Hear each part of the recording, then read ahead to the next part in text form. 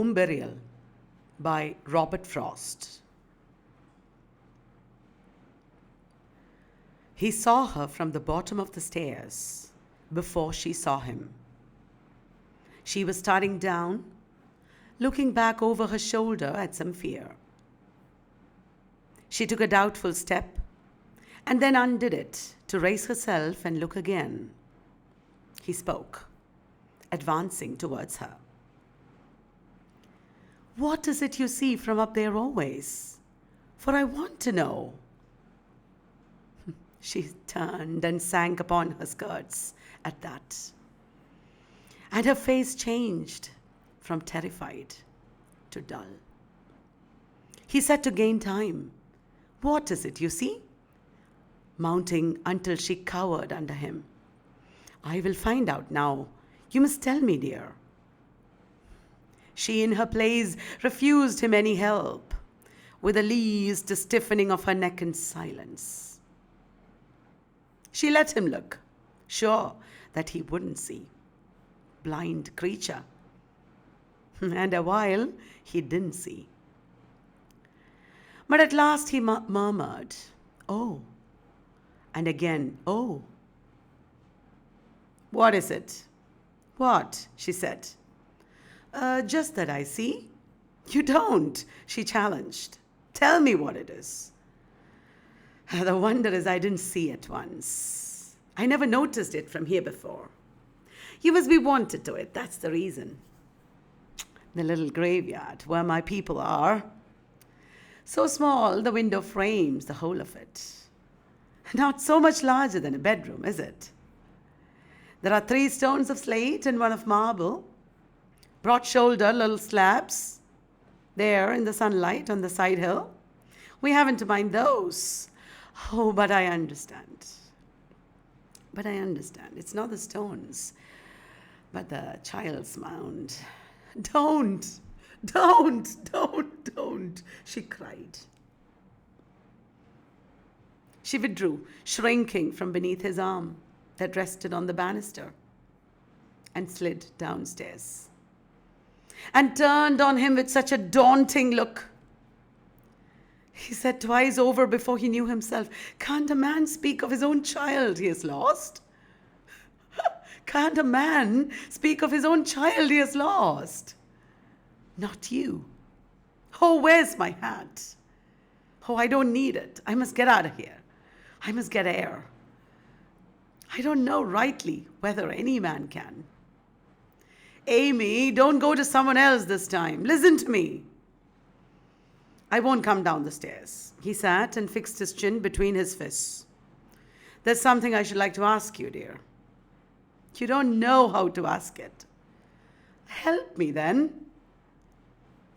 Her fingers moved the latch for all reply.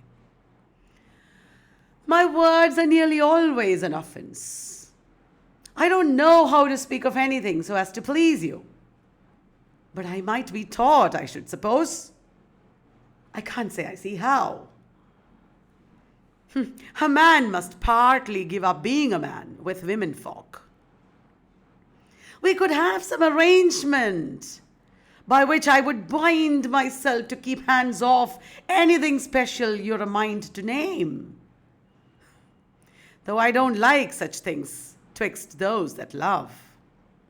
2 that don't love can't live together without them. But 2 that do can't live together with them." She moved the latch a little. Don't go.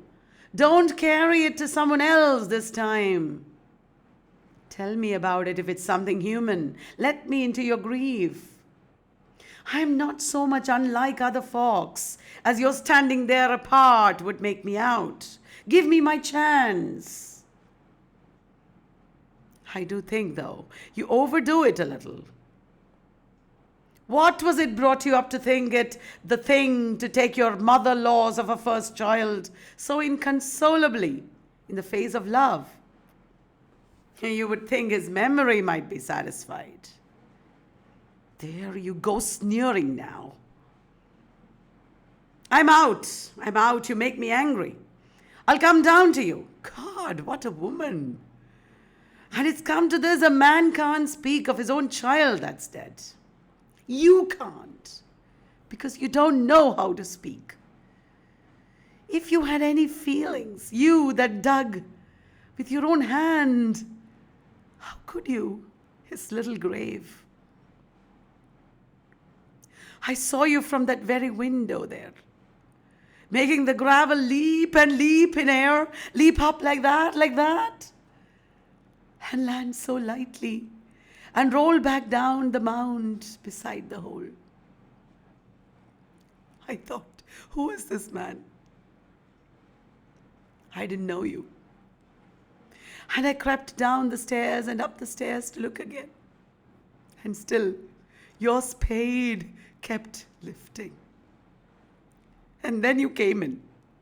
I heard your rumbling voice out in the kitchen. And I don't know why, but I went near to see with my own eyes. You could sit there with the stains on your shoes of the fresh earth from your own baby's grave and talk about everyday concerns.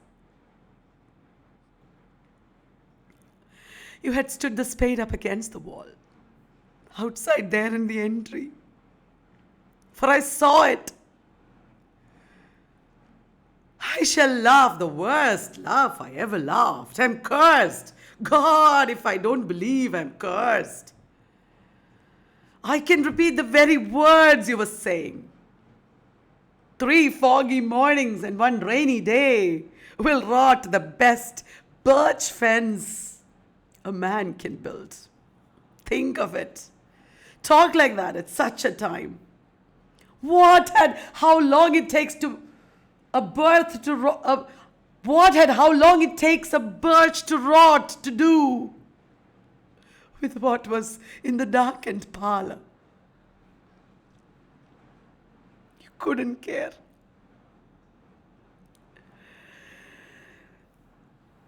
The nearest friends can go with anyone to death. Comes so far short, they might as well not try to go at all. No. From the time when one is sick to death, one is alone. And he dies more alone. Friends make pretense of following to the grave. But before one is in it, their minds are turned and making the best of their way back to life and living people and things they understand. But the world is evil. I won't have grief, so if I can change it. Oh, I won't. I won't. There, you have said it all, and you feel better. You won't go now. You're crying. Close the door. The heart has gone out of it. Why keep it up? Amy, there's someone coming down the road. You? Oh, you think the talk is all? I must go somewhere out of this house. How can I make you? If you do. She was opening the door wider. Where do you mean to go? First tell me that. I'll follow and bring you back by force. I will.